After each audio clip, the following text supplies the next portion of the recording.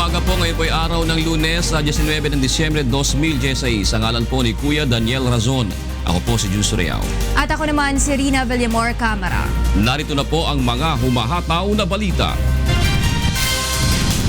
Mga biktima ng aksidente sa iba't ibang bahagi ng bansa tinulungan ng UNTV News and Rescue Team. Mga pasaherong uuwi sa mga probinsya para magbakasyon, unti-unting dumadagsa sa mga bus terminal. Mga bus na biyaheng Visayas Region, fully booked na. Panibagong pagtaas sa presyo ng mga produktong petrolyo, posibleng ipatupad ngayong linggo. BOC Transformers nangunguna pa rin sa team standings ng UNTV Cup Season 5 matapos maitala ang ikapitong sunod na panalo. At munting pangarap na puhunan ng isang dating domestic helper, ipinagkaloob ng UNTV. Bago po ang detalye ng ating mga balita, alamin muna natin ang mga pangyayari sa mga nakalipas na araw sa ating Weekend News Rewind. Ipinag-utos na ni Pangulong Rodrigo Duterte ang pag-aalis sa pwesto sa dalawang opisyal ng Bureau of Immigration na sangkot sa bribery scandal. Sa kanyang talumpati noong Biyernes sa pagbabalik sa bansa mula sa state visit sa Cambodia at Singapore, sinabi ng Pangulo na ito ay kaugnay ng kanyang pangako noong panahon pa lamang ng kampanya na pipigilan ang korupsyon sa pamahalaan. Kabilang sa mga ipinaalis sa pwesto ng punong ehekutibo sina Immigration Deputy Commissioners Al Argusino at Michael Robles. Consistent with this electoral campaign, I have directed the dismissal of the two associate commissioners of the Bureau of Immigration who are now tainted with corruption. They will be held accountable for their actions. They will face the full force of the law. Ang mga ito ay tumanggap umano ng pera mula sa gambling tycoon na si Jack Lam upang palayain ang naarestong illegal Chinese workers sa business establishment nito sa Clark, Pampanga. Malilibre na sa pagpapaospital at mga gamot ang mga mahihirap at mga senior citizen simula sa susunod na taon. Ayon sa Department of Health o DOH, tumaas na ang pondo para sa serbisyong medikal upang masakop ang hospital needs ng mga mahihirap na Pilipino. Paliwanag ni Health Secretary Pauline Jean Obial, kailangan lamang na makumpirma na mahirap ang isang PhilHealth member upang maipasok sa sponsored program ng ahensya. Samantala, sinabi naman ni Pangulong Rodrigo Duterte na may nakalaang 5 bilyong piso para sa mga non-PhilHealth members. Samantala, wala pang go signal ang Department of Education kaugnay sa plano ng Health Department na pamamahagi ng kondom sa mga eskwelahan sa susunod na taon. Ito ang paglilinaw ng DepEd kasunod ng napabalita na ipatutupad na ang naturang programa ng dalawang ahensya ng pamahalaan para sa mga junior at senior high school sa 2017.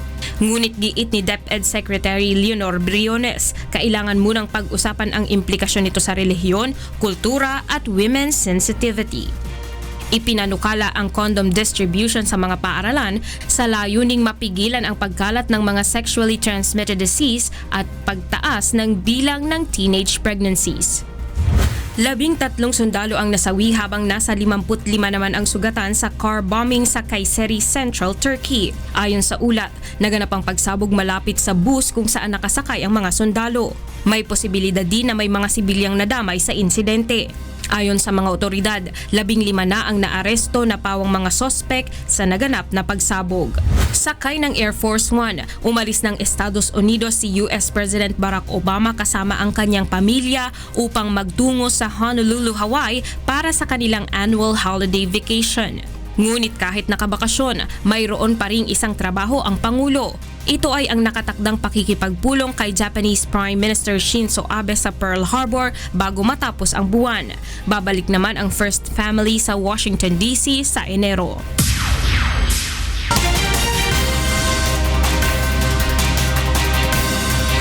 Ng UNTV News and Rescue Team ang dalawang sakay ng motorsiklo na nasugatan matapos maaksidente sa San Pedro, Laguna noong Sabado ng gabi. Narito ang hataw na balita ni Sherwin Kulubok. Nirespondihan ng UNTV News and Rescue Team ang banggaan ng isang van at motorsiklo sa National Highway ng Barangay Nueva, San Pedro, Laguna pasado alas 11 ng gabi noong Sabado.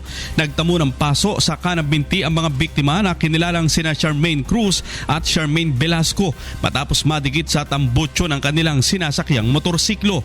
Agad naman itong nilapatan ng pangunang lunas ng UNTV News and Rescue at ng San Pedro Rescue. Sa inisyal na investigasyon, mabilis ang takbo ng motorsiklo kaya bumangga sa kasalubong na van. Nakago po kasi, so dire-diretso po. Tapos nung bigla po siyang sumulpot. Palabas na ako, nakatingin ako sa kanan. Kasi hindi ko kami sumusunod kasi naka-green siya eh. Tapos yun, biglang narinig ko yung busina. Biglang click ko na po, ayun na po. Tumanggi namang magpadala sa ospital ang mga biktima matapos mabigyan ng first aid. Sherwin Kulubong, UNTV News and Rescue, Laguna. Nirespondihan ng UNTV News and Rescue Team ang banggaan ng tricycle at pickup truck sa Bacolod City noong Sabado. Narito ang hatol na balita ni Lane Moreno. Tinulungan ng UNTV News and Rescue Team ang isa sa 4 na biktima sa banggaan ng pickup truck at tricycle sa Ramos Street, Bacolod City, pasado alas 2 noong Sabado ng madaling araw. Ayon sa nakakita sa aksidente, palabas na sa intersection ang tricycle nang bigla itong magip ng rumaragasang pickup truck. Sa lakas ng pagkakabangga, tumilapo ng 4 na sakay ng tricycle. Kinilala ang isa sa mga biktima na si Edito Api, 34 anyos na nagtamo ng sugat sa iba't ibang bahagi ng katawan. Agad naman itong nilapatan ng paunang lunas ng grupo bago dalhin sa Corazon Locsin Monte Libano Memorial Regional Hospital.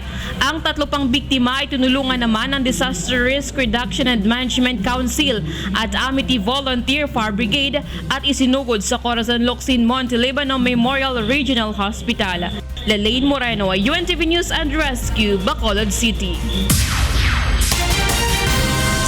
Isa pang biktima ng motorcycle accident sa probinsya naman ng Camarines Sur ang tinulungan ng UNTV News and Rescue Team. Narito ang hataw na balita ni Reynante Ponte. Nirespondihan ng UNTV News and Rescue Team ang isang motorcycle accident sa Baao, Camarines Sur madaling araw ng Sabado. Kinilala ang biktima na si June Bihino, 34 anyos at residente ng Tabaco, Albay. Nagtamo ng gasgas sa kamay at kanang paa si Bihino dulot ng aksidente na agad namang nilapatan ng pangunulunas ng grupo. Ayon kay June, galing umano siya sa trabaho sa Pasakaw, Kamsur, pauwi sa kanilang bahay sa Albay nang tahakin niya ang daan. Hindi niya nakita ang mga batong nagkalat sa kalsada dahil sa isang sagawang reblocking sa kahabaan ng Panfil Highway. Madilim din sa lugar na pinangyarihan ng aksidente at wala umanong sapat na street light para magbigay ng liwanag sa mga motorista. Matapos namang malinis ang sugat sa kamay at paa, tumanggi na si Bihino na magpahatid pa sa ospital. Reynante Ponte, UNTV News and Rescue, Philippines. Samantala, matapos ang big-time oil price hike noong nakarang linggo, posibleng magpatupad na naman ang panibagong dagdag singil sa presyo ng mga produktong petrolyo ang ilang kumpanya ng langis ngayong linggo. Ayon sa oil industry players, 60 hanggang 70 centavos ang posibleng madagdag sa presyo kada litro ng gasolina at kerosene at 30 hanggang 50 centavos naman sa diesel. Ang oil price hike ay dahil pa rin sa pag-alaw ng presyo ng mga produktong petrolyo sa world market.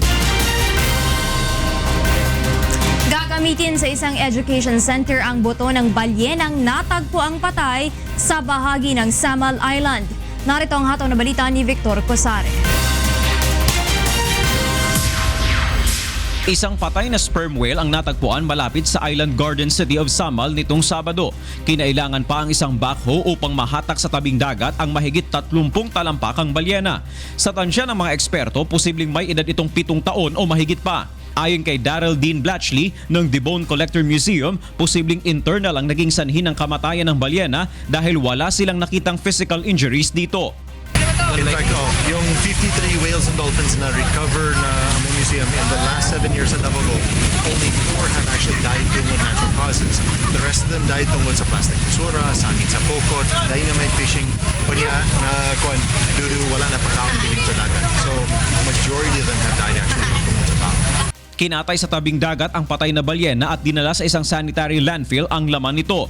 Kinunan na rin ito ng DNA samples at itinurn over sa Bureau of Fisheries and Aquatic Resources o BFAR upang mapag-aralan ng mga eksperto.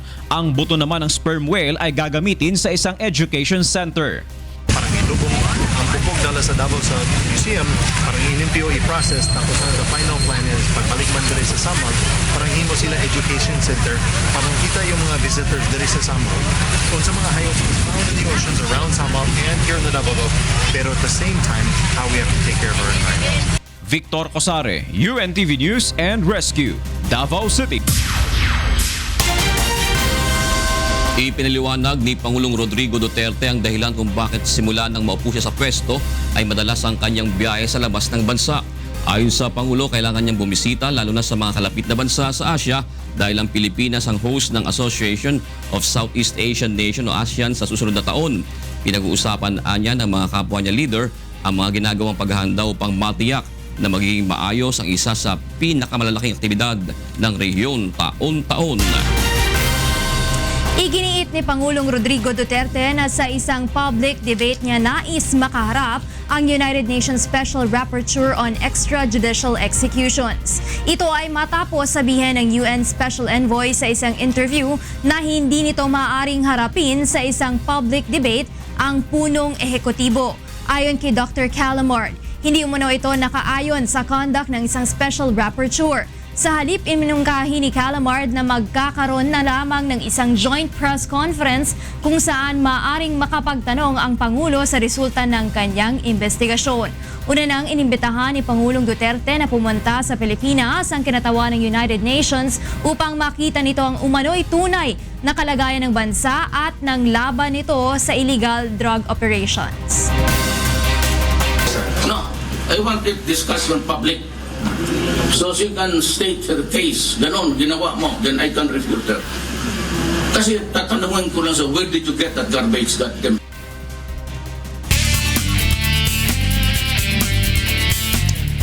Binaril ng hindi pa nakikilalang sospek ang isang lalaking senior citizen sa Barangay Commonwealth sa Quezon City kaninang madaling araw. Inihilang biktima ito ng summary execution dahil sa karatulang natagpuan sa tabi nito. May hatol na balita si Reynante Ponte live. Yes, Reynante. Yes, June natagpuang nakadapanga ang isang senior citizen sa kalye ng Pacamara sa Barangay Commonwealth sa Quezon City bandang 1:20 kaninang madaling araw matapos nga itong pagbabarilin. Wala pa nga pagkakakinanlan ng biktima na nakasuot ng itim na t-shirt at nakapantalon at tinatayang nagkakaedad sa 70 anyos. Nakita din sa tabi nito ang isang papel na may nakasulat na "Huwag akong tularan, tulak ako ng shabu." Ayon sa inisyal na ulat ng scene of the crime operatives, nagtamo ng tama ng bala sa ulo at leeg ang biktima na dahilan na agad nitong ikinasawi. Na-recover dun sa crime scene ang 2 basyo ng kalibre 45 na baril. Wala namang residente na nakakita sa pangyayari at nagulat na lamang sila nang makarinig ng putok ng baril at tunog ng motorsiklo. Hindi din nila nakilala ang biktima. Dinala na June sa punerarya ang biktima at sa ngayon na ay inaalam nito ang kaanak nito at ang motibo ng pamamaril ng mga sospek. Yan ang police report. Balik sa iyo, June. Maraming salamat, Reynante Ponte.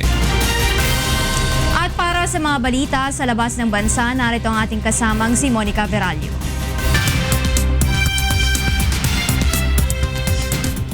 Hi Mon, good Monday morning.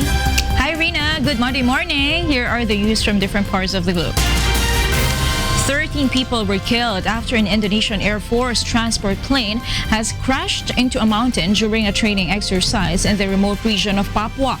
The Hercules C-130 plane had taken off from the city of Timika before crashing near its destination of Wamena.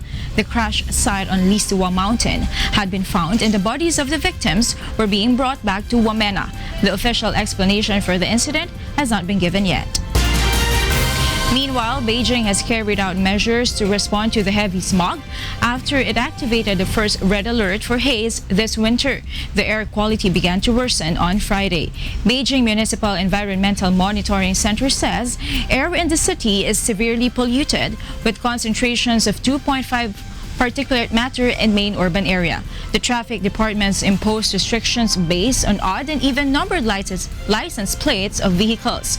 More than 1,200 enterprises in Beijing have also been required to suspend or reduce production.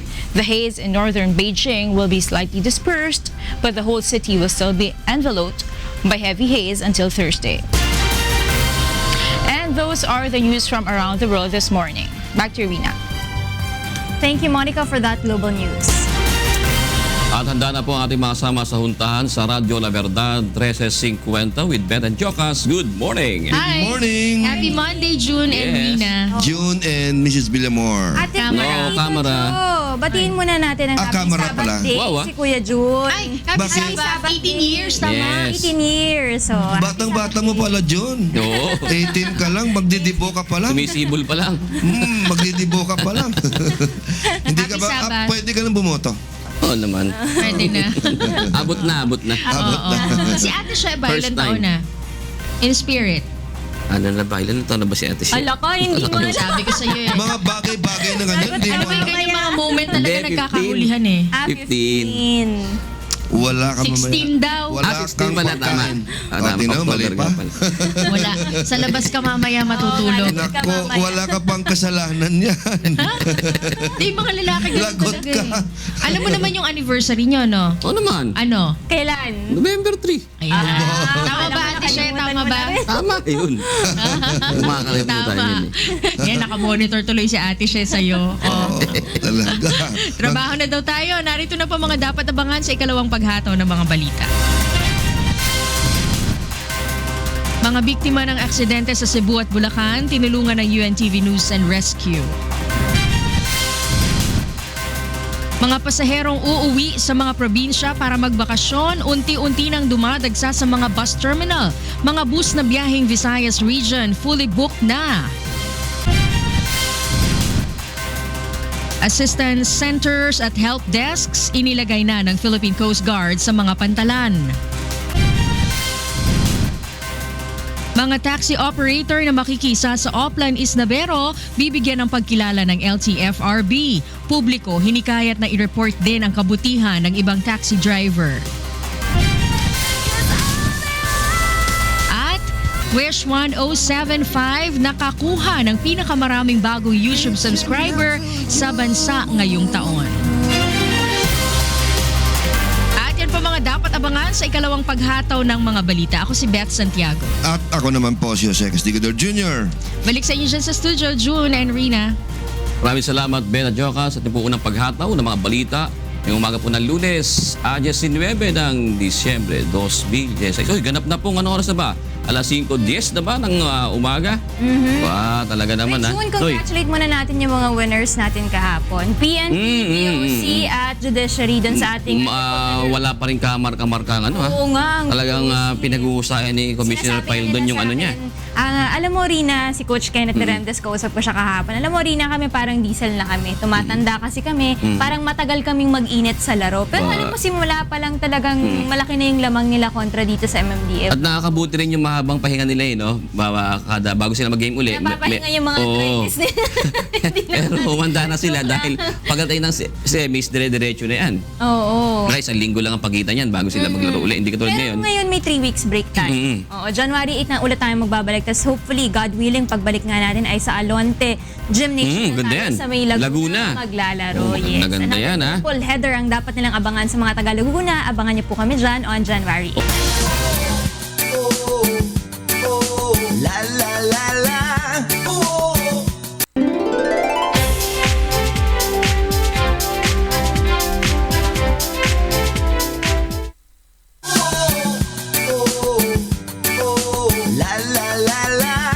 Puntahan na natin sila June at Angela para sa ikalawang paghataw ng mga balita. Ang galing ng segue ni Tito Jocas. Akalain mo. Panis ka doon, Bet. Buti naman natututo na. Akalain mo. Talaga naman, ha? Oo, magaling na magaling. May segue. Nga pala, nabati natin yung ating mga kasangbahay dyan sa Dubai, UAE. Sila Efren Noate, si Sino pa? Edwin. Marami yan. Dami nanonood dyan. di ba? Nanonood. Kasi, sabi natin si Francis Dugasan. Oo. Wait, there's more. Yung mga nanonood din. Alam mo, Bet, may joke to si Hindi Angel yung joke kasi. Kasi tinatanong ko kanina, part diba ng UAE yung Kuwait? Eh, pero may bigla nung nag-joke. Anong joke mo? Wait, there's more. Ako may joke ako. Patay. John. Sige. May joke ako pero parang Angel, ano mo, advice mo ako. Akala ko i-explain ko sa kanila yung Kung ikikwento ko, yung kinuwento ko rin sa'yo ng Biyernes. Ano yan? Yung Mayos kung ka. paano hanapin yung kung saan tayo Alin? Ano yan? Kaya mo yan? Hindi, mamaya na lang. Ikwento ko muna. Sige, Kasi baka magalit siya, no? calibrate mo muna, Tito Baka Jan. magalit sa akin si Talia. Di ba? Ikwento ko muna kay Tita Beto. Sige. Isipin ko muna kung pang-ere, ha? Okay. Bet Jokas, maraming salamat. Magandang umagang muli sa ating mga sambahay. Ngayon po ay araw ng Lunes, 19 ng Disyembre 2016. Narito na po, ikalawang paghataw ng mga balita. Mga biktima ng aksidente sa Cebu at Bulacan tinulungan ng UNTV News and Rescue. Mga pasaherong uuwi sa mga probinsya para magbakasyon, unti-unti nang dumadagsa sa mga bus terminal. Mga bus na biyaheng Visayas Region, fully booked na. Assistance centers at help desks ilalagay o inilagay na ng Philippine Coast Guard sa mga pantalan. At mga taxi operator na makikisa sa Oplan East Navero, bibigyan ng pagkilala ng LTFRB publiko. Hinihikayat na i-report din ang kabutihan ng ibang taxi drivers. Tinulungan ng UNTV News and Rescue Team ang driver at mga pasahero ng tricycle na nasugatan matapos mabangga ng isang kotse sa Mandawi City, Cebu. Narito ang hatol na balita ni Marlon Abique. Sugatan ng driver ng isang tricycle at ang 5 pasahero nito matapos mabangga ng kotse sa barangay Magikay, Mandawi City kahapon ng madaling araw. Ayon sa isang motorista na nakakita sa aksidente, mabilis ang takbo ng kotse. Wasak ang unahang bahagi nito dahil sa lakas ng pagkakabangga. Ay nagsunod pa me. Dampen ko dahil kita ay. Dampen ko unya kusog yung dagan o kusina. Tungkol sa yung impact kusog yung dagan, brake siya. Anang yung brake. Karon. Tingin ako kay apit na mong bagay din luyo. Baway gusto. Baway ang ako pasiro na ana na. Pasiro na ana, lokatay man ana. Babag na siya. Ang isa sa mga pasahero ng biktima na kinilalang si Lourdes Kilikot, 33 anyos, ay nagtamo ng posibleng deformity sa kanang balikat. Agad naman itong nilapatan ng Pangunang Lunas ng UNTV News and Rescue. Ang driver naman ng tricycle at iba pang pasahero ng tricycle ay nagtamo ng sugat sa iba't ibang bahagi ng katawan. Matapos mabigyan ang mga ito ng first aid ng grupo, dinala na ang 5 pasahero sa Vicente Soto Memorial Medical Center. Samantala, ang tricycle driver at ang driver ng kotse na nakabangga na kinilalang si Renzo Earl Sapanta, 20 taong gulang, ay dinala sa Traffic Enforcer's Office para sa investigasyon sa insidente. Marlon Abique, UNTV News and Rescue, Mandawi City. Tinulungan din ng UNTV News and Rescue Team ang isang motorcycle rider matapos itong bumangga sa isang tricycle sa Bulacan kahapon. Narito ang hataw na balita ni Nestor Torres. Nirespondihan ng UNTV News and Rescue Team ang banggaan ng motorsiklo at tricycle sa Barangay Burol First, Balagtas, Bulacan kahapon ng alas 2 ng madaling araw. Kinilala ang motorcycle rider na si Ernesto Pedroso, 31 anyos, residente ng Barangay Tikay, Malolos, Bulacan. Nagtamo si Mang Ernesto ng malaking hiwa sa kanang paa, sugat sa tuhod, gasgas sa magkabilang siko at naputulan din ito ng isang daliri. Agad namang nilapatan ng Pangunang Lunas ng grupo ang mga tinamong pinsala ng biktima at dinala sa Bulacan Medical Center para sa iba pang kakailanganing atensyong medikal. Lubos namang nagpapasalamat ang asawa ni Mang Ernesto sa naging tulong ng UNTV News and Rescue. Nagpapasalamat ako dahil may tumulong sa asawa ko yung UNTV po. Yun po, na-rescue po siya. Kung hindi siya na-rescue, kung ano na po yung nangyayari sa kanya. Maraming salamat po sa UNTV po. Samantala, wala namang naging pinsala ang driver ng tricycle. Ngunit isinugod agad ang pasahero nito sa ospital matapos magtamo ng sugat sa ulo. Nestor Torres, UNTV News and Rescue, Bulacan. Binuksan na ng Philippine Coast Guard ang mga help desk nito sa mga pangunahing pantalan sa lalawigan ng Masbate para sa inaasahang pagdagsa ng mga pasahero. Narito ang hatol na balita ni Jerry Galicia. Libu-libong mga pasahero ang inaasahan ng Philippine Coast Guard o PCG na dadagsa sa mga pantalan dito sa probinsya ng Masbate para magbakasyon ngayong holiday season. Ayon sa PCG, ngayong linggo darating ang bulto ng mga pasahero kaya naman naglagay na sila ng mga Passenger Assistance Center at Help Desk sa 9 na pangunahing pantalan sa probinsya. Ito ay upang makapagbigay ng assistance sa mga nagbibiyahe. 4 na kawani ng Philippine Coast Guard ang nakabantay sa Help Desk, katulong ang PCG Auxiliary Personnel, Maritime Police at mga tauhan ng 2nd Infantry Battalion ng Philippine Army. Para po sa kung may magtatanong, ganoon na rin kung para tulong din sa mga passenger, mag-guide kung saan yung sakay na, pupuntang Pildoran, kasi karamihan yung magbabakasyon. So, parang magiging guide na rin po sila sa kanila. Tsaka pagpaalala po sa kung anong dapat gawin nila sa bangka. Mahigpit na seguridad din ang ipinatutupad ng Philippine Ports Authority sa mga pantalan upang matiyak na hindi magsasamantala ang masamang loob sa holiday rush. Dumadaan sa masusing inspeksyon ang mga bagahe ng mga pasahero bago pumasok ng passenger terminal. Mayroon ding random inspection ang K9 unit ng Philippine Coast Guard sa mga roll-on roll-off vessel, fast craft at motorized bangka na umaalis sa mga pantalan. Tinitiyak din ng Coast Guard na walang overloading sa mga sasakyan na posibleng pagmula ng disgrasya sa karagatan. Guidance sa amin is kailangan yung seguridad pa rin ang isang prioridad sa atin. Maliban sa safety ng barko, lagi nating mahigpit na pinapatupad dito sa pier po ng Masbate. SOP na po yun na kailangan po na mag-check po ng mga baggage. Paalala po sa mga alam na po nila yung mga bawal para hindi po sila magka-problema sa biyahe nila. Iwasan na lang po magdala ng mga iligan na bagay gaya sa baril kung ano man po. Tatagal ang random inspection at Passenger Assistance Center ng PCG hanggang January 9, 2017. Jerry Galicia, UNTV News and Rescue, Masbate. Nagsimula ng dumagsa sa mga bus terminal ang mga pasaherong uuwi sa mga probinsya upang magbakasyon ngayong long holiday. Samantala, fully booked na ang ilang mga bus company na bumabiyahe patungo sa iba't ibang mga lalawigan.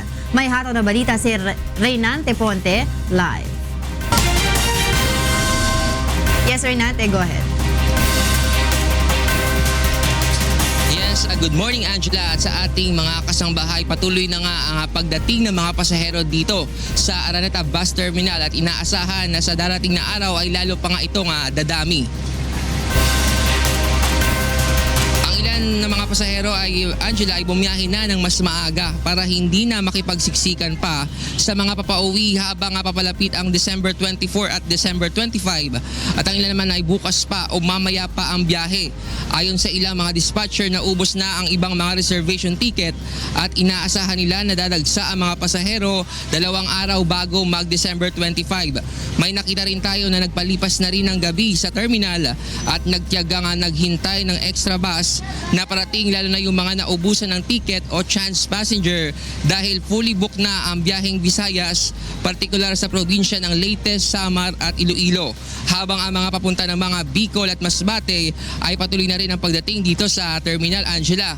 Samantala, wala namang pagtaas ng pamasahe sa mga oras na ito.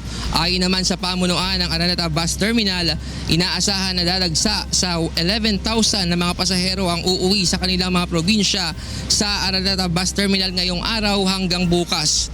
Ang ilang kumpanya ng bus ay nagdagdag na rin ng kanilang bus para makayanan ng dami ng mga pasaherong lumuluwas. Wala pa na mga naitatalang krimen dito sa Araneta Bus Terminal, pero paalala pa rin sa ating mga kababayan at sa ating mga kasambahay na mag-ingat sa mga mandurukot. Sa ngayon, Angela, ituloy-tuloy naman ang pagsasagawa ng inspeksyon ng mga security guard at pulis at habang nagpapatrolya dito sila sa Araneta Bus Terminal upang masigurado ang seguridad ng mga bakasyonista. Yan muna ang update mula dito sa Araneta Bus Terminal. Balik sa iyo, Angela. Rinante, tanong ko lang, dagdag ko lang dun sa sinabi mo kanina tungkol dun sa mga seguridad na ginagawa ng ating mga na kinauukulan para sa mga babiyahe ngayon dyan sa terminal, na mga pasahero na nandyan sa terminal. Ano-ano pa yung mga security measures na ginagawa ng kinauukulan para naman masiguro nga yung kaligtasan nitong mga pasahero?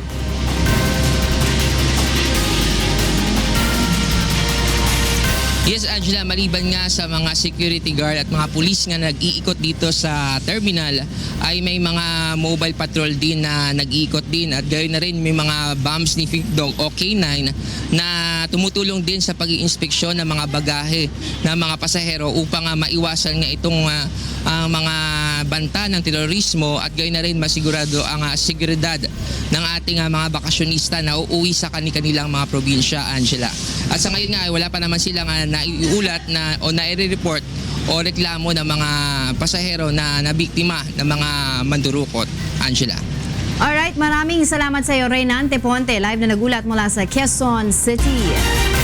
Magbibigay ng pagkilala ang Land Transportation Franchising and Regulatory Board or LTFRB ng pagkilala sa mga taxi operator na lubos na nakikiisa sa Oplan Isnabero program ng ahensya. Ililista ng LTFRB law enforcers sa mga trade name at plate number ng taxi drivers na nagsasakay ng mga pasahero sa designated bay areas sa mga mall. Hinihikayat din ng ahensya ang mga netizen na makiisa sa kanilang programa sa pamamagitan ng pagkuha ng larawan at ng video ng mga taxi na nagsasakay ng pasahero at nagbibigay ng magandang serbisyo. I-upload ito sa mga social media at lalagyan ng hashtag na Oplan Isnabero. Pipili ang LTFRB ng top 10 taxi operators at formal itong ia-anunsyo sa Enero ng susunod na taon. Pinuna ni Senator Leila de Lima ang naging pahayag ni Pangulong Rodrigo Duterte na plano nitong i-abolish ang Visiting Forces Agreement o VFA. Narito ang hataw na balita ni Victor Cosare. Hindi dapat magpadalos-dalos ang administrasyon sa pagkansela sa Visiting Forces Agreement. Ayon kay Senator Leila de Lima, dapat pag-isipang mabuti ang pagkansela sa kasunduan lalo kung wala namang malinaw na alternatibo para dito. Gate ng Senadora, hindi dapat masakripisyo ang kapakanan ng sambayan ng Pilipino maging ang soberenya ng bansa kagaya ng pagkakasakripisyo sa buhay ng ilang tao araw-araw dahil sa war on drugs. Matatandaan sa kanyang pagbabalik bansa galing sa pagbisita sa Cambodia at Singapore, sinabi ng Pangulo na pinag-iisipan nitong isantabi na ang VFA matapos kansilahin ng Millennium Challenge Corporation, isang independent US foreign aid agency, ang ayuda para sa Pilipinas dahil sa issue umano ng human rights violation. Binigyang diin ng Pangulo na walang dahilan para manatili pa sa bansa ang mga sundalong Amerikano lalo't hindi naman handa ang Pilipinas na makipaglaban sa China o Russia. If we're a country that's very dangerous, if you think that there's crime there because we execute people, there are so many soldiers. They are the natural enemies of the Moroland. So why don't you just live and if you think that there is extrajudicial killing here, it's a prevalent one, it's a virulent practice, you know. So why are you here? What is your purpose with this Visiting Forces Agreement? Bye-bye, America, and work on the protocols that will eventually move you out from the Philippines. Ikinagalit ng Pangulo ang tila pagtrato ng Amerika sa Pilipinas na patay gutom. Nanindigan din ang Pangulo na hindi kailangan ng bansa ang aid galing Amerika lalo't may ibang bansa namang handang tumulong sa Pilipinas. China has the kindest soul wall. And I understand that we have been sticking out of the Millennium Challenge. Well, good. I welcome it. Actually, in exchange for the 400 million? You think that you can cure the 4 million rather? You know, China communicated to us. They're giving us 50 billion. So what do I need for America for? They do not look at us kindly. We have this huge problem, and you exacerbate by no, actually we do not need it. We can survive without American money. Pero ayon sa presidente, maaari niyang irekonsidera ang kanyang posisyon depende sa magiging hakbang ng papasok na Trump administration sa Estados Unidos. Because I have to take the cue from Trump, not from Obama. And because I have talked to Trump, and he was very nice, very courteous. I could not sense any hostile thrift or even the manner he was saying it. So, in difference, I'll just wait. I will let Obama fade away. And if he disappears, then I will begin to reassess. Pero ayon sa Pangulo, kung siya ang tatanungin, wala na siyang balak na pumanig pa sa Amerika. Balak naman ng Pangulo na magpadala ng mga sundalo at pulis na magsasanay sa China. Victor Cosare, UNTV News and Rescue, Davao City. Isinusulong sa Senado ang pagbibigay ng scholarship program sa mga medical student. Ito ay upang masolusyonan ang problema sa bansa sa kalusugan o sa kakulangan o maldistribution ng mga doktor at medical professionals sa bansa, lalo na sa mga liblib na lugar. Ayon kay Senator Sonny Angara, sa ilalim ng Senate Bill 1157, bubuo ng scholarship na pangangasiwaan ng UP College of Medicine kung saan libre ang lahat ng kailangan ng estudyante mula sa tuition fee hanggang sa living allowance. Kukuha ng hindi bababa sa isang beneficiary bawat probinsya sa bansa o depende sa pangangailangan sa health professional ng isang lugar. Ang lahat ng mga scholar ay oobligahing maglingkod ng hindi bababa sa 5 taon sa kanilang probinsya kapag nakapasa sa board exam. Ang hindi naman makakatapos sa kanyang kurso ay aatasang magsauli ng buong halaga na nagamit sa panahon ng kanyang pag-aaral. Binakuran na ng City Hall ang Langaray o Langaray Public Market sa Caloocan City para sa umano'y renobasyon dito. Ngunit kahit may temporary stall na ipinagkaloob ang lokal na pamahalaan, marami pa rin ang tumututol dahil wala umanong kasiguraduhan kung makababalik pa sila sa dati nilang pwesto sa palengke pagkatapos ng pagsasaayos dito. May hato na balita si Maki Libradilla live. Yes, Maki. Good morning. Yes, Beth, bagamat may mga temporary stall nga na ipinagkaloob itong lokal na pamahalaan ng Caloocan, ay marami pa rin ang tutol sa isasagawang renovasyon dahil wala umanong kasiguraduhan kung makakabalik pa ba sila sa loob pagkatapos ng pagsasaayos sa naturang public market. Nakabakod na ng yero ang palibot ng Langaray Public Market. Ilang araw mula ngayon ay sisimulan na ang total renovation ng pamilihan. Si Ruel Gilbuena, miyembro ng asosasyon, musmus pa lamang siya, nakapwesto na anya ang kanilang pamilya sa loob ng palengke at 30 taon na ang nakakalipas. Anya, walang kasiguraduhan na silang lahat ay makakabalik sa loob pagkatapos ng renovasyon, lalo pa at walang binigay na kasulatan ng City Hall na magbibigay ng garantiya sa kanila. Ilalagay anya sa unang palapag ang isang branch ng bigating supermarket, kaya kung makakabalik din anya ay sa ikalawang palapag na sila ilalagay kung saan matumal ang bentahan. Si Arnold Carpio naman, hindi miyembro ng asosasyon, subalit kumpiyansa itong makakabalik sa loob dahil siya ay taga Caloocan.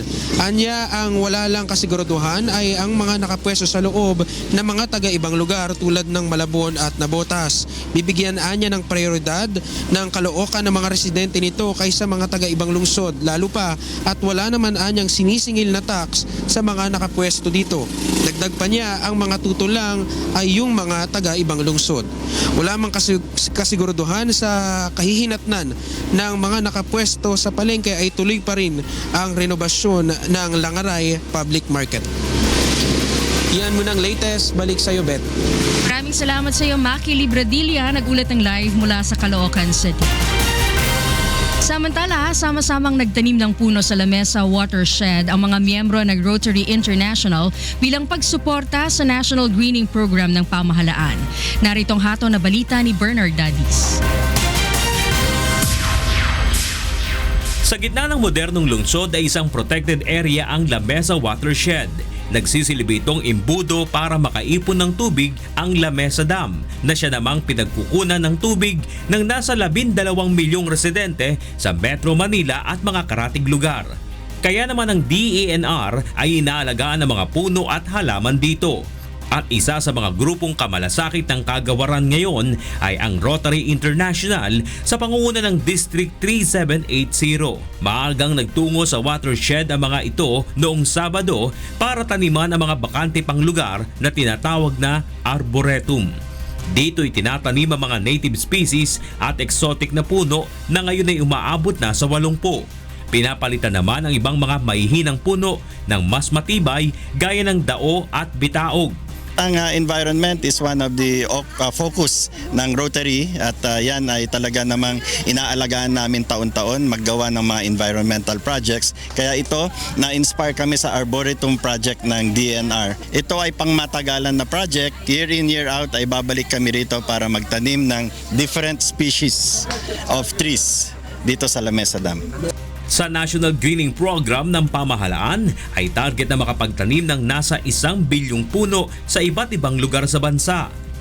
Pero ang gusto po natin dito, maibalik po natin sa dati ang kalikasan po natin, kung ano yung dati.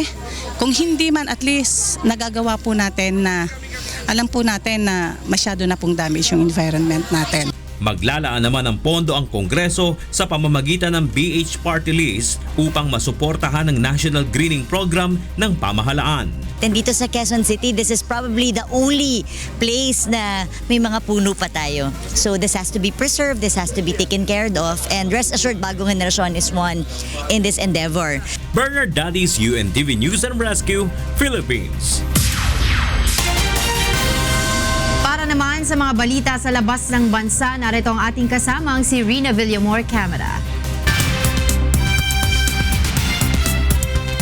Yes, Rina, good morning. Hi, Angela. Good morning. And here are the latest news from different parts of the world. Federal police in Argentina arrests a drug kingpin who is reportedly the biggest drug boss in the country's history.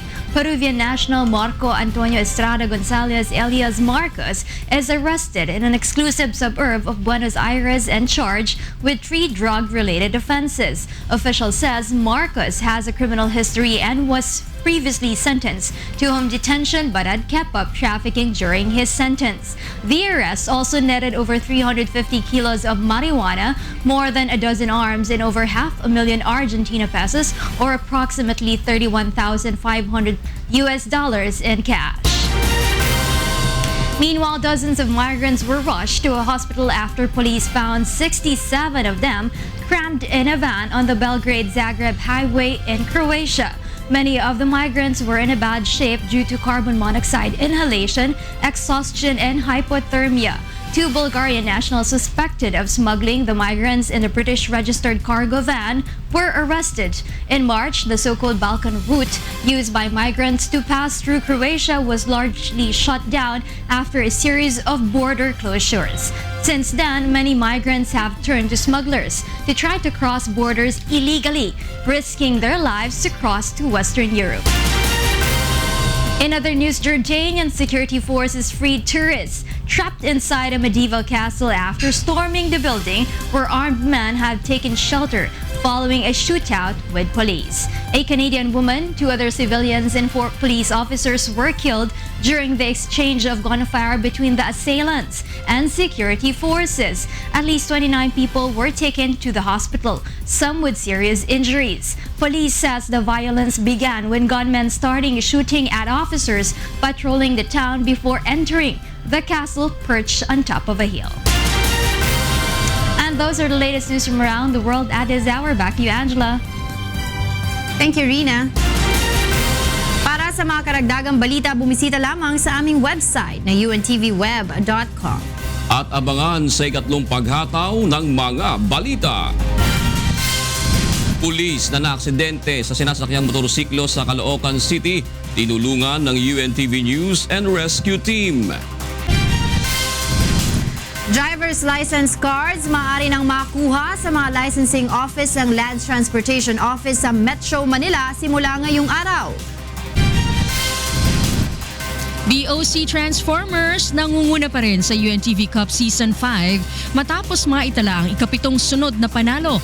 Malacanang Kamaon na laglag sa ika-4 na pwesto matapos talunin ng Judiciary Magis. Munting pangarap na puhunan ng isang dating domestic helper, ipinagkaloob ng UNTV.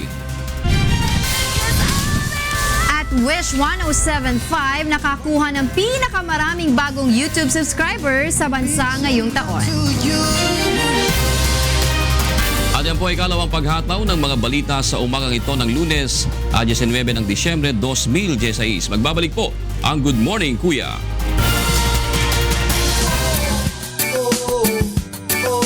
La la la la. Oh.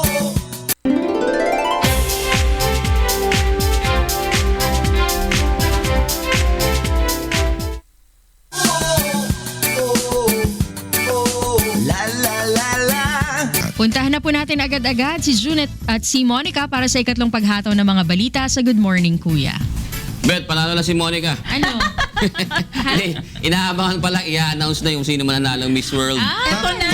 Medyo kaya nga ito si Galing. Monica, nanginginig na sa di maintindihan. Alam mo, pag Parang ako nanalo yung pa, nasa pageant eh. pag nanalo pa ang ating, of course, ang ating Miss Philippines, ang ating representative, siguro masisimento na ng Pilipinas yung titulong pinaka-mga magandang babae. Yan, sa balat Sa buong ng mundo sa balat ng lupa. ay mga taga-Pilipinas. At saka maganda kasi this year nasungkit natin yung Miss International. Miss Universe. Tapos itong Miss World kung masungkit natin, isa na lang Grand Slam na tayo Miss Universe. Diba? Miss World, yung tatlo na yan. Sana makuha natin lahat. Grand Slam, no? So good luck kay Fiona. Grand Slam pala, pag nakuha natin. Yes. Hinabahan ako. Sige. Parang siya yung i-announce, Oo, no? parang ako yung Kasi nakamonitor si Monica, ang pinapakita pa lang yung mapapanalunan ng Miss World. Oo. Ang dito, siguro it will hinge on yung, Puerto Rico daw yung winner. yung answer sa tanong. Kasama lang tayo sa top 5, okay na yun. Okay na yun. Sobra na tayong napakaswerte na natin Maganda yung masyado. Puerto Rico eh. Miss Puerto Rico. Maganda. Well, Pero at it's a least top territory. 5, malaking Nasa Amerika pa rin yan. Teritoryo ng Amerika yan. At least, diba, congratulate pa rin natin si Catriona Of for making it to course. top 5. Congratulations! Okay. From out of 80 plus, naka-top 5. Yes. Okay, Tito Jo, Tito Jo Kas. Okay, Miss Universe salamat. pa. Miss Universe pa. Magandang umaga po muli mga sambahay. Araw na po ng Lunes, December 19, 2016. Tayo po ay sa bayang napapakinggan sa Radyo La Verdad, 1350 ang UNTV Radio. Tayo po ngayon ay live sa ating pong Facebook account at sa untvweb.com via live streaming, pati na rin po sa ating UNTV mobile application. Narito na po ang ikatlong paghataw ng mga balita. Pulis na naaksidente sa sinasakyang motorsiklo, tinulungan ng UNTV News and Rescue Team. Driver's license cards maaari na makuha sa mga licensing office ng LTO sa Metro Manila simula ngayong araw. BOC Transformers nangunguna pa rin sa UNTV Cup Season 5 matapos maitala ang ikapitong sunod na panalo. Malacanang Kamaon nalaglag sa ika-4 na pwesto matapos talunin ng Judiciary Magis. Munting pangarap na puhunan ng isang dating domestic helper, ipinagkaloob ng UNTV. At Wish 1075 nakakuha ng pinakamaraming bagong YouTube subscriber sa bansa ngayong taon.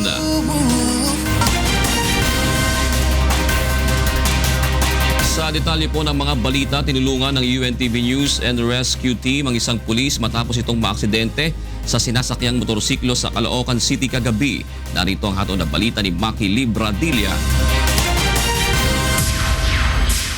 Nakahandusay pa ang isang pulis ng datna ng UNTV News and Rescue Team sa Dagat-Dagatan Avenue, corner Lapu-Lapu Street, Barangay 12 kagabi.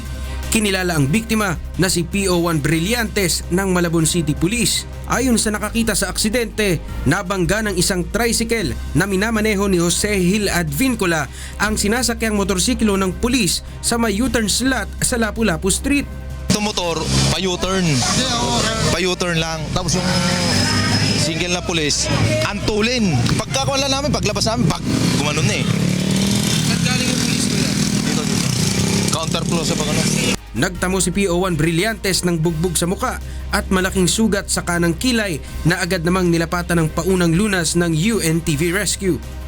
Matapos namang mabigyan ng paunang lunas ng grupo ay agad na itong dinala ng rescue ambulance ng Barangay 12 sa pinakamalapit na ospital upang malapatan ng karagdagang atensyong medikal. Maki Libradilla, UNTV News and Rescue, Caloocan.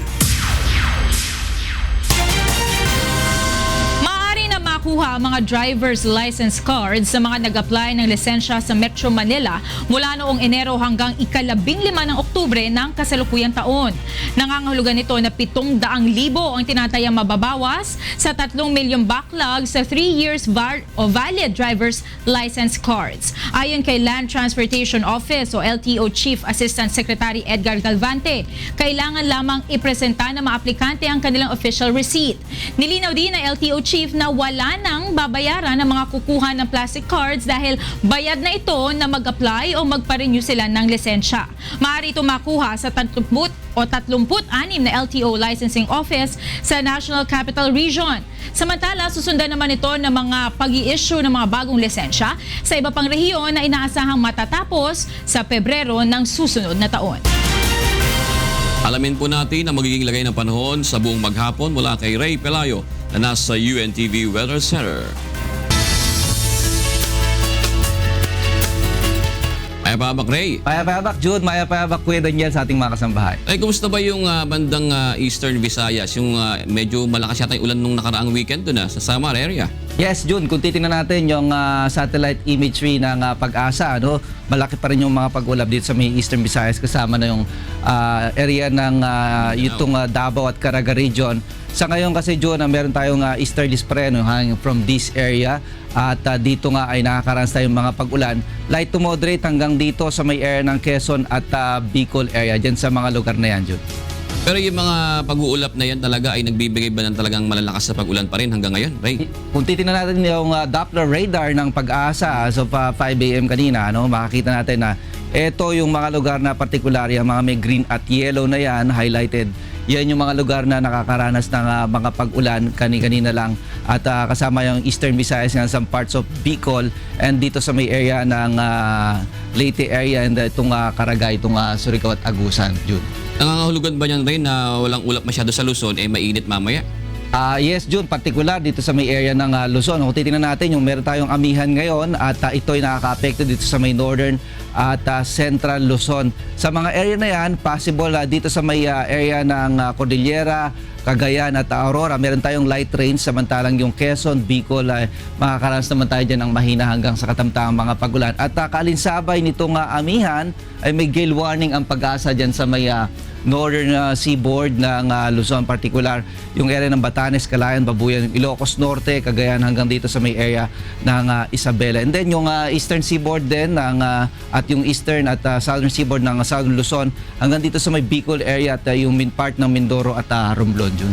Pero kahapon, Ray, nag-uulan sa Metro Manila. Same weather ba tayo ngayon? Yes, halos kung mapapansin natin sa labas makulimlim ngayon, ano, at yung malaking bahagi ng Metro Manila makakaranas tayo ng mga isolated rain showers and thunderstorms. Malaki ang tsansa, subalit hindi naman ito gaanong malakas, June. Pero ang temperature? Temperature natin kaninang alas 5, June, ay medyo mataas kung ikukumpara natin nung Sabado. Naka 22.7 tayo nung Sabado, no? Pero kaninang alas 5 ay nasa 23.8 na tayo, June. Okay, Ray, maraming salamat sa iyong ulat ng panahon. Samantala, alamin naman natin ang mga balita sa iba't ibang panig ng bansa mula sa Davao City.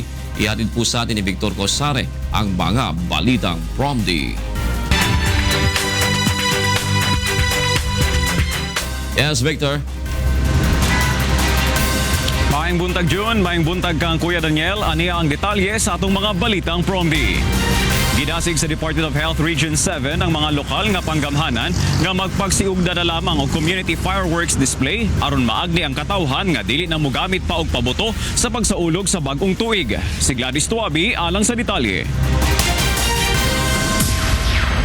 Naandan na sa mga Pilipino ang paggamit og firecrackers ug fireworks matag bag-ong tuig. Apan sa miaging tuig base sa nalista sa Department of Health Region 7, mikabat sa 932 cases ang fireworks-related injury sa nasud. Mas taas og 8% kumpara ni adtong 2014, kundiin 33% niini ang mga bata nga nag-edad og 10 ngadto sa 14 anyos. Maong sa kampanya sa DOH Region 7 Iwas Paputok Community Fireworks Display Patok, giawhag ang lokal na kagamhanan nga magpatigayon og community fireworks display imbis magpabuto ang mga katawhan.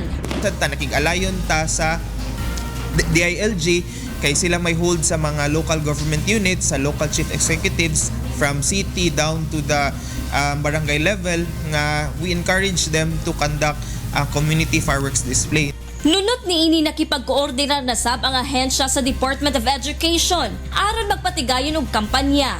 Nakikoordinate sa DepEd in terms ani to conduct advocacy campaign sa mga bata. We are coordinating with teachers and parents to be responsible enough na itudlo sa ilang mga bata. Gladys Tuwabi, UNTV News and Rescue, Cebu. Pwede nang magamit sa Philippine Red Cross ang pinakaunang regional warehouse and training center sa Tacloban City nga gihatag sa New Zealand isip kabahin sa humanitarian relief niini sa Pilipinas. Aniya ang report ni Jeneline Gakit. Pinangunahan ni New Zealand Ambassador to the Philippines David Strachan ang turnover ceremony hagi sa siyahani nga Philippine Red Cross Regional Warehouse ngan Training Center sa Tacloban City. Ang pundo nga ginamit ang construction hini intikang paha 159 million pesos nga iginhatag nga bulig nga New Zealand Ministry of Foreign Affairs o NCMPAT hadtong 2014 para syudad. Ini nga warehouse in magsisirbing nga relief hub operation sa Leyte ngan sugadman ha mga kaharani nga probinsya. Sumala kan Ambassador Strachan, bugos ang suportahan ira nasud hapag bulig hapag pakusog kan disaster preparedness and response sugadman han humanitarian relief para ira ASEAN partners. My government is committed to strengthening resilience through improving the preparedness of our partners in the region to manage and recover from disasters.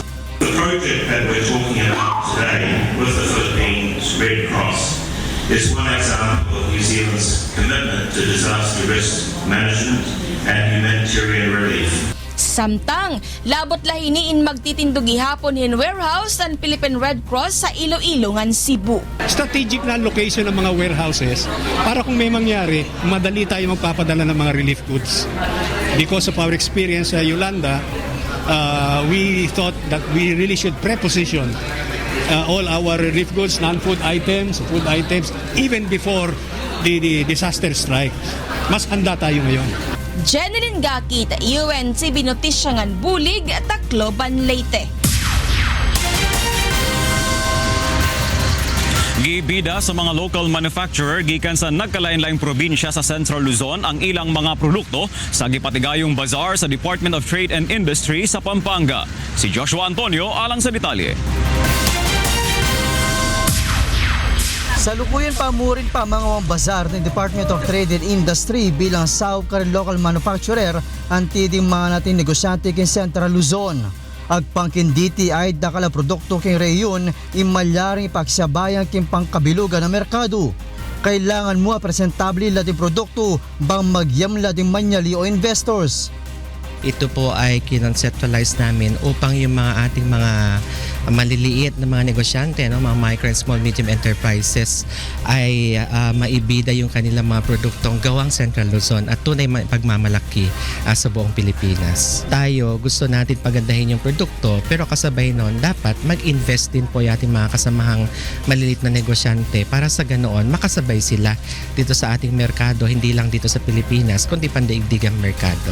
Pasalamat la ring negosyante antimo naman ding manyali uling atin anti kaniting aktibidad para karela aking makaniting paralan ay pakilala do ka ring tao din karelang produkto. Magkagandahan po nito, nakapagbibigay po tayo ng mga pamamaraan kung paano natin makikilala ang ating local products. Tinatangkilik po natin at dapat natin tangkilikin ng mga local products dahil po napakaganda po ng quality ng mga produkto na ginagawa ng ating local manufacturers.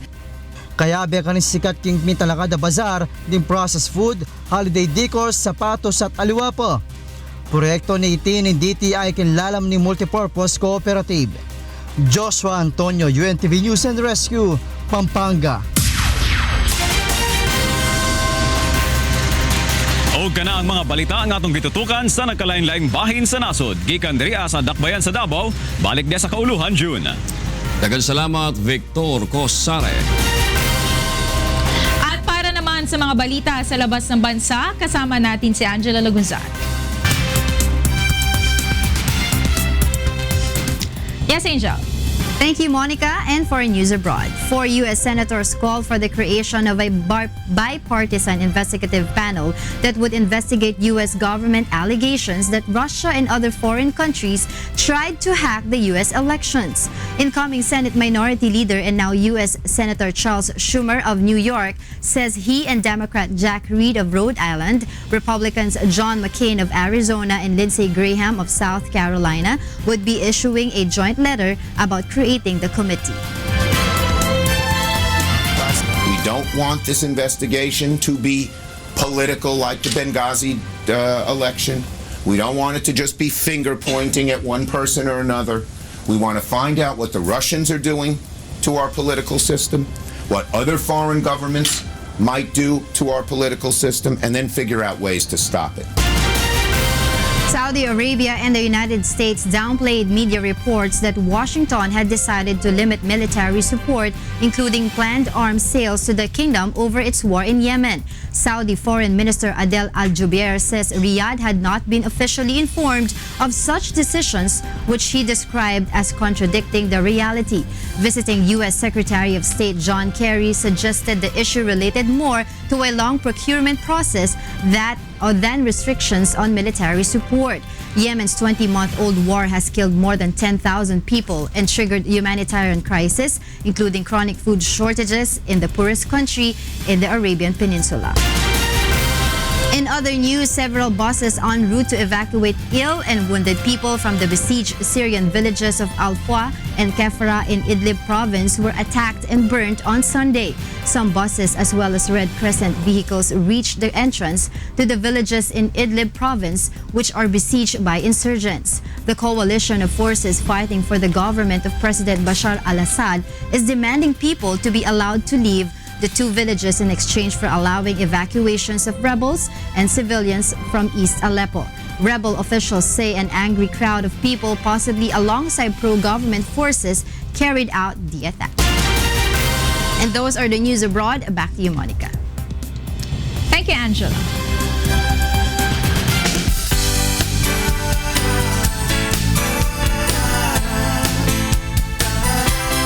Tuloy-tuloy pa rin po ang pag-arangkada ng ating public service sa EDSA sa pamamagitan po ng ating libreng sakay sa bus. Melvin, kumusta ba dyan? Yes, June! Good morning sa iyo at good morning sa ating Kuya Daniel at sa lahat ng ating mga kasangbahay all over the world. June, tayo ngayon ay nandito na sa may bandang Buendia Avenue. Halos ang exact location natin ay Buendia, Washington. Yan, ito ang ating exact location ng libreng sakay sa bus na gumugulo ngayon. Papunta na po dyan sa may bandang Ayala Avenue upang ihatid natin ang mga pasaherong na isakay natin mula pa dyan kanina sa Baclaran Coastal. As of this moment, June, tayo ay nakapagsasakay na ng kabuang bilang na 171 na mga pasahero mula pa yan kanina dyan sa may Monumento area going to Baclaran Coastal at Baclaran Coastal hanggang dito sa ating kinalulugaran ngayon sa may Buendia, Washington. At inaasahan natin na yung bilang yan ay madadagdagan pa dahil nandito pa lamang tayo sa Buendia Avenue. Kaya sa ating mga kasangbahay, nabibiyahe po papunta dyan sa Monumento area. Abang-abang na po tayo dyan sa mga pick-up points along Ayala Avenue, along EDSA EDSA dahil ang inyong libreng sakay sa bus ay nandiyan na upang maghatid ng public service na libreng sakay na kung saan maabil natin libreng pamasahe ang lahat ng mga sumasakay dito. Meron pang libreng kape na nakaantabay, meron pang libreng pandesal sa kaparehan yun, meron pang libreng wifi sa loob ng bus na kung saan po pwede mag-enjoy ang ating mga pasahero samantalang nata-traffic, pwede pa sila makapag-browse sa kanilang mga paboritong mga internet sites dahil meron silang access sa wifi dito sa loob ng ating bus. At syempre, meron din tayo nakaantabay na libreng Bible June na ipinamimigay naman dito sa loob ng bus sa mga magre-request ng mga pasaherong nag-iibig magbasa ng Biblia. Na yan naman ay hatid sa atin ng programang Good Morning Kuya hosted by Kuya Daniel Rason at ng programang Ang Dating Daan ni Brother Eli Soriano sa kanilang advocacy na ang paggawa ng mabuti ay hindi magbubunga ng masama. Yan muna ang aking update, June. Balik sa inyo dyan sa studio. Melvin, kumusta naman ang lagay ng traffic dyan?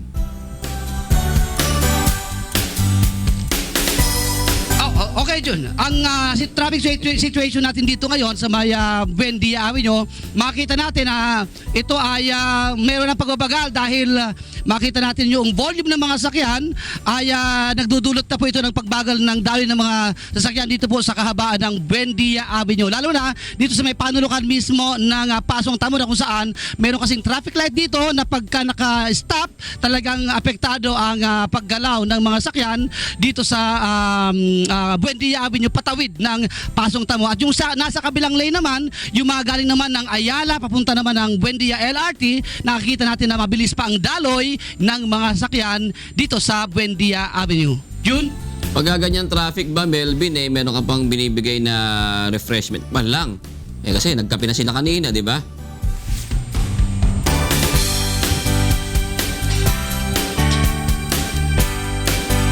June, meron tayong ang available sa atin ngayon dito, June, ay kape lang muna, kape. Dahil siyempre ito ay umaga, ini-expect natin na yung ating mga pasahero na isasakay dito, yung mga nagmamadali galing sa kanilang mga sa pagpasok nila ay kahit man lang dito sa loob ng bus ay makapagkape sila, June. Sumasapat ba yung kape mo dyan, Melvin? Kasi ang daming pasahero, di ba?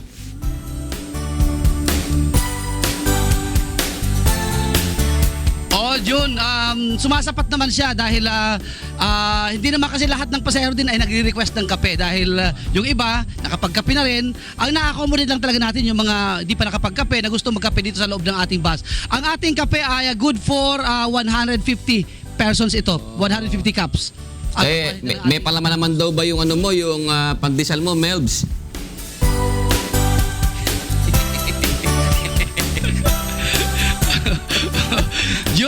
Yung pandesal na binibili natin doon sa katabi naming bakery ay napakasarap kaya hindi na kailangan ng pandesal, Jun. Kaya yun, na-appreciate ng ating mga pasahero. Kakaiba nga daw itong pandesal na ating i-distribute dito sa loob ng bus. Masarap siya, Jun, kahit walang palaman. Pero mas sasarap daw yan pag may palaman na galing kay Kuyang Gilyer na Dumaran.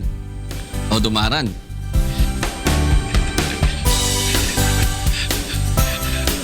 Sana nakikinig na kayo na, Jun, para makapagdala siya mamaya sa meeting namin. Mamaya, daanan mo na. Buksan, magkita kayo sa may coastal. Taga Cavite lang naman si Kuya Gilyer, di ba?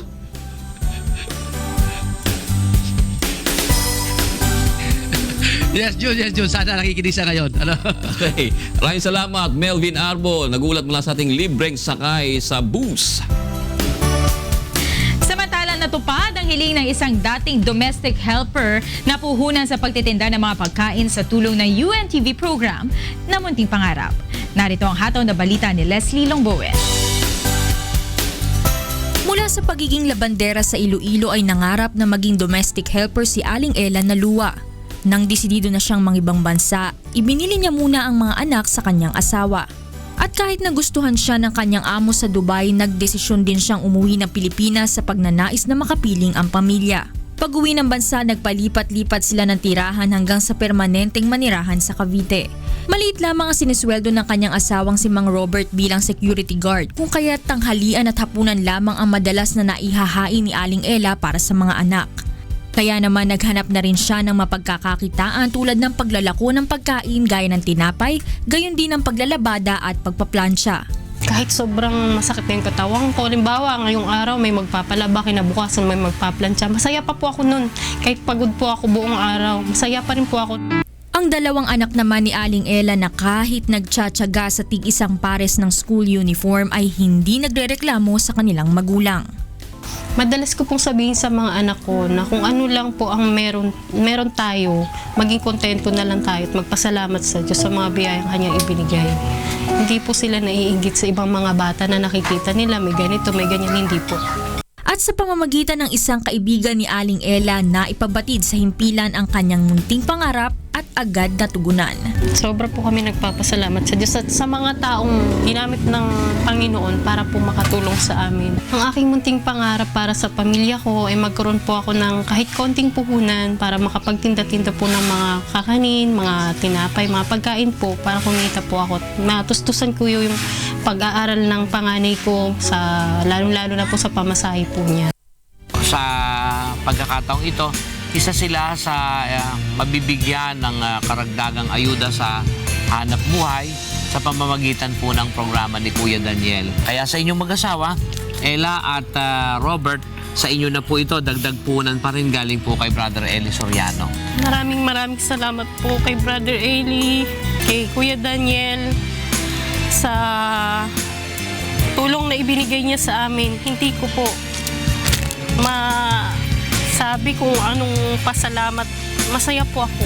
Natutuwa po, nagagalak sa tulong na ito na kanya ibinigay sa amin para po makatulong sa hanap buhay namin. Leslie Lombowen para sa Serbisyong Kasangbahay. Balitang sports naman tayo kasama si Rina Villamor Camara.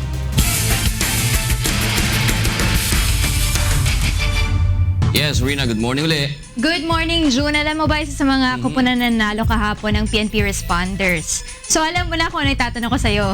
Ano yun? Kailan lang nagsimula ang Philippine National Police? Bah, mahirap-hirap yan. Oo. Philippine National, kasi dati constabulary yan eh. Yes, constabulary pa siya. Before constabulary, tinawag pa siyang Department of Police and Internal Order. Oh, June 23, 1898 nung itinatag Ba? yan. Oo. 1898? 1898. Pero ang tawag nga nila dyan ay Department of Police and Internal Order. Yan pa yung kapanahunan ng mga revolutionary government natin. Oh, under Emilio Aguinaldo. Tapos ang una nga nating chief dyan ay si Captain Henry T. Allen. Oo, pero itong Philippine National Police na itatag ito noong January 29, 1991 naman. Ang first police chief natin dyan ay si Cesar Nazareno. So pang ilan na ngayon si PNP Chief Ronald Bato de la Rosa? Pang ilan na nga ba?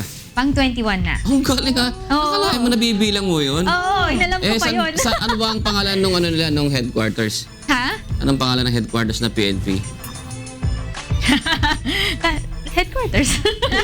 PNP headquarters. Camp Crame. Camp Crame, oo. Sige, mamaya, meron akong papasagot sa'yo. Nako, alam ko na yan. I-google mo yan. Hindi. Ano pa, sino si Camp Crame? Sino si Crame? Sige. Oo. I-google mo yan, di ba? Oo, pero additional trivia pa rin tayo sa PNP responders natin. Kasi nga, meron silang 3 weeks break, no? Pero napag-alaman natin kahapon, apart from that 3 weeks break, 1 week lang pala silang magbe-break. Tapos nito ay makakapag-tune up sila sa mga other colleges like AMA College, tapos si Aureliano Team B University naman. Sige, balita mo na yan. Alright, 6 na malakas na koponan ang nagtagisan ng galing kahapon sa hardcourt ng Liga ng mga Public Servants ng UNTV Cup Season 5. Sa unang laro, tinalo ng PNP Responders ang BFP Firefighters. Napanatili naman ng BOC Transformers ang walang dungis na record matapos talunin ang MDA Black Wolves. Samantala sa huling laban ay nanaig ang 2-time champion Judiciary Magus laban sa Malacanang Kamao. Para sa kabuang detalye, narito ang hataw na balita ni Bernard Dadis. Malabanan trying to create. Yes! Naku, ito delikado. Umangat sa ikatlong pwesto ang 3-time runner-up PNP Responders matapos magwagi sa BFP Firefighters sa Game 1 kahapon sa University of Makati Gymnasium sa score na 86-84. Tila kinapos ng gatong ang firefighters sa last 3 minutes and 48 seconds ng ball game kung saan niratrat ng 8-0 run ng PNP ang BFP upang makuha ang ikalawang sunod na panalo sa pagpapatuloy ng second round eliminations ng 5th UNTV Cup. Tinanghal na best players of the game sina Olan Umiping na may 21 points, tig-5 rebounds at assist at 3 steals at si Harold Santa Cruz na may 9 points at 11 rebounds. Nagampag naman si Anton Tolentino ng 22 points at si Julius Criste ng 15 points. Una rito ay abante pa ng 10 puntos ang BFP sa pagtatapos ng third quarter, 69-59. One the other side, Jerome, Kenneth, Noremnes. Hindi naman umubra ang bangis ng MMDA Black Wolves sa powerhouse team BOC Transformers sa second game sa score na 84-71. Ito nang ikapitong sunod na panalo ng rookie team BOC na nananatiling hawak ang liderato sa liga na hindi pa nakakatikim ng talo. Samantalang nalaglag naman sa tig-4 na panalo at talo ang MMDA kaagapay ng BFP. Nanguna sa Transformers si playing coach Kenneth Captain Marvel Doremdes na tumikada ng 21 points, 5 rebounds, 4 assists at 2 steals. At si Verson Franco na may 26 points at 5 rebounds. Habang nagtala naman ng 25 points, 15 rebounds at 4 na assists si Cyril Santiago para sa MMDA. Open, Chester Tolobia. Maaga namang ginulat ng two-time champion Judiciary Magis ang Malacanang kamao sa first quarter ng Game 3 sa score na 26. Lumobo pa sa 20 puntos ang abante ng Judiciary sa second quarter bago napababa ng Malacanang sa 9-point deficit, 39-30. Sa unang pagkakataon ng ball game, umabante ng 1 puntos ang Malacanang sa last 2 minutes ng third quarter, 47-46. Ngunit agad bumawi ang Judiciary end of third quarter, 53-52. Nanatiling mainit ang opensa ng Judiciary sa last quarter hanggang sa tuluyan ng di pinaporma ang Malacanang sa pagtunog ng buzzer, 74-63. Tinanghal na best player of the game si Chester Tolomia na kumawada ng 25 points kabilang ang 5 mula sa 3-point area, 9 rebounds at tig 2 assist at steals. Nalaglag sa ika-4 na pwesto ang Malacanang na may 5-2 win-loss record habang may 7 panalo at 1 pa lamang natalo ang Judiciary. Bernard Daddies para sa UNTV Cup Season 5.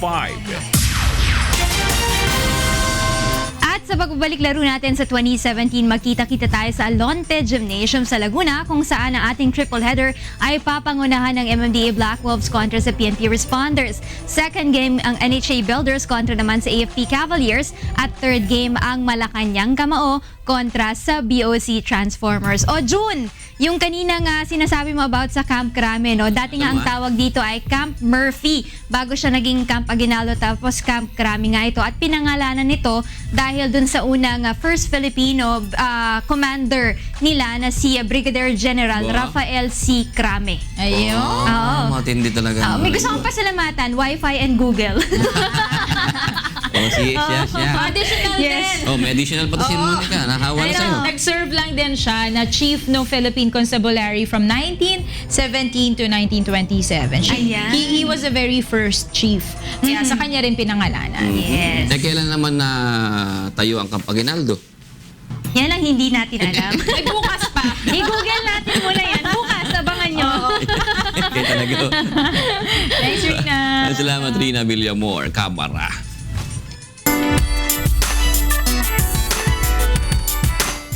Nakakuha ng pinakamaraming bagong subscribers sa bansa ngayong taon ang YouTube channel Wish 1075 FM station batay sa official year-end report ng YouTube Philippines. Narito ang hataw na balita ni Mirasol Labugadin.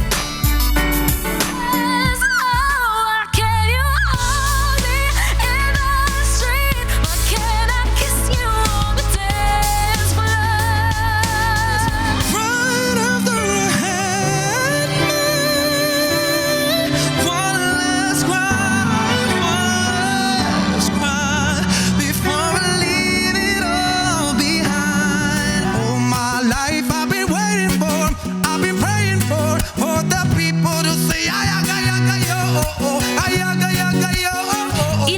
lamang ito sa mga sikat na Wish-exclusive performances ng ating mga local artist na mapapanood sa itinuturing na #1 FM YouTube channel sa bansa, ang Wish 107.5.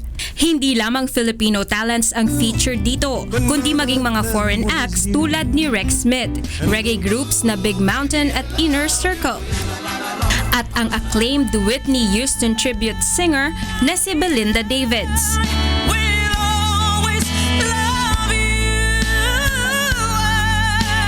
Mga ito ay mula mismo sa live performance ng mga artist habang nakasakay sa nag-iisang FM radio mobile booth sa Pilipinas, ang Wish 107.5 bus.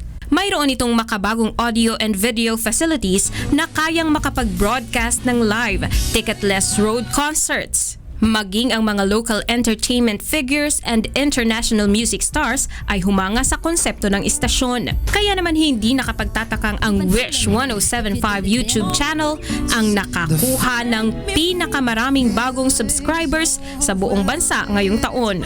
Ayon sa official year-end report ng YouTube Philippines, ngayong 2016 lamang ay umabot na sa 439,407 new followers o subscribers ang nadagdag sa Wish YouTube channel. Inilunsad ito noong July 2014 at sa ngayon ay mayroon ng mahigit 626,000 subscribers na kinabibilangan ng mga netizen hindi lamang sa Pilipinas kundi maging sa iba pang Asian countries tulad ng South Korea at Japan. Gayon din naman sa United States, Canada, New Zealand, Australia, Spain at Brazil. Kaugnay nito, bibigyan naman ng pagkilala ng istasyon ang husay ng mga Pilipinong mga awit sa pamamagitan ng ikalawa nitong Wish 107.5 Music Awards na gaganapin sa January 16, 2017 sa Smart Araneta Coliseum. Mirasol Abugadil, UNTV News and Rescue, Quezon City. Ang galing. Ano ba wish mo? Ang wish ko makasakay sa bus At magkaroon ng wish-exclusive. Oo, wish-exclusive. Anong gusto mong i-cover? Actually, gusto ko yung kanta ni Morissette eh. Gagayahin mo yun? Wag mo na akong pasampal eh. Papracticein ko muna. Practicein muna. Pero isa yan sa mga personal favorites ko. Yung Secret Lovers ni Morissette. Napakahusay. Actually, lahat naman sila napakahusay. Kasi live nilang kinakanta yun. Diba? Walang walang At saka talaga pinaghahandaan yun. At saka maraming nakapila dyan. Alam mo ba yun? Mga artist.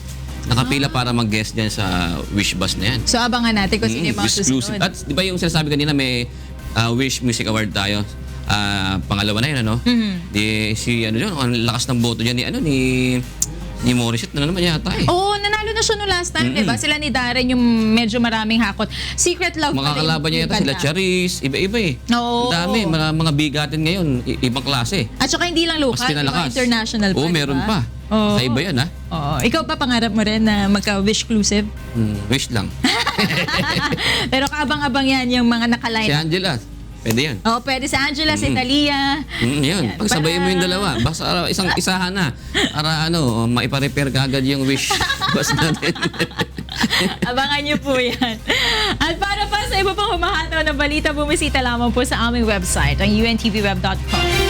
At yan po mga hataw na balita ngayong araw po ng Lunes, December 19, 2016. Sa ngalan po ni Kuya Daniel Razon, ako po si Jun Suriao. Ako naman po si Monica Veralio. Susunod na po ang programang Bawal ang Pikon, Get It Straight with Daniel Razon.